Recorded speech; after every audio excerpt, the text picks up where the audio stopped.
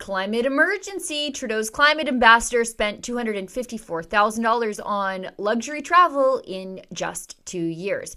Catherine Stewart, appointed by Environment Minister Steven Guilbeault in August 2022 as Canada's ambassador in the fight against deadly climate change, frequently opted for business class flights, even when train service was available. I think if we were to ask the question, would Canada have been invited here 10 years ago under a Stephen Harper government? The answer is obviously no. Would Canada be invited here if Pierre Poilievre ever becomes Prime Minister of Canada? The answer is also no, because Stephen Harper didn't have any plans on climate change, and Pierre Poilievre doesn't even believe, the Conservative Party of Canada doesn't believe that climate change is an issue that's worth paying any attention to.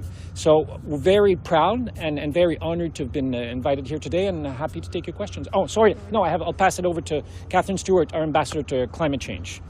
Thank you very much, Minister. And as Canada's ambassador for climate change, I engage regularly internationally with all colleagues from around the world. And I have to say, I'm very proud to represent Canada on the international stage because we have a very strong record on mitigation, on adaptation, and also in the support that we give to developing countries. Yeah, Stewart sure does engage regularly around the world. Access records obtained by Blacklock's reporter show Stewart traveled to Abu Dhabi, Amsterdam, Bali, Beijing, Bern, Brasilia, Brussels, Cairo, Copenhagen, Delhi, Florence, Geneva, Helsinki, Istanbul, Kinshasa, Leipzig, Lisbon, London, Milan, Mumbai, Munich, New York City, Paris, Rome, Sao Paulo, Sharm el-Sheikh, Vienna, Washington, and Zurich.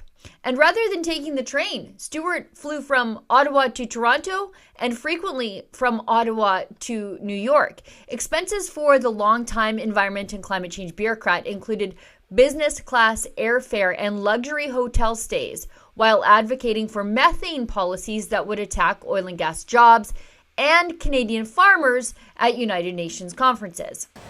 For example, Minister Steven Guilbeault introduced draft amendments to our regulations for the oil and gas sector, which will help us to reduce methane emissions in the oil and gas sector by at least 75%.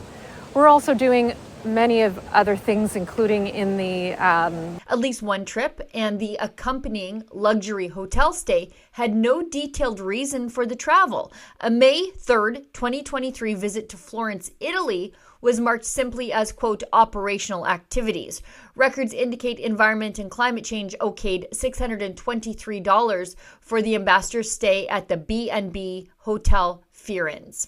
I would remind my ex-colleagues from the environmental movement that they saluted our emission reduction plan that was presented last year by the Prime Minister and myself, which showed how, for the first time in the history of Canada, which mapped how we get to our 2030 targets, and that showed that all sectors have to do their fair share. And that's what we're asking from the oil and gas sector, as we're asking from other industrial sectors in Canada.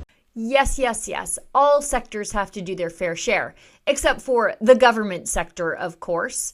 Justin Trudeau's government, as you'll recall, famously voted to declare a national climate emergency back in 2019. But we are now at a place where meeting that Harper target is feasible heading towards 2030. We know, though, that it is insufficient. So what do we need to do next? Well, the Paris Agreement itself contemplates a ratcheting up of these targets. And so at the next opportunity, 2020, 2021, there will be an opportunity for Canada to attend an international conference and to say, alongside other countries, we are all ratcheting up our targets so that we are holding ourselves more accountable so that we do more. So yes, we need to ratchet up our 2030 target at the next opportunity. We also need to think further ahead for the sake of our planet. The Liberals are more like me than they want to admit. They don't think climate change is deadly either, because they don't personally act like it is. They just tax you like it is. For Rebel News, I'm Sheila Gunn Reid.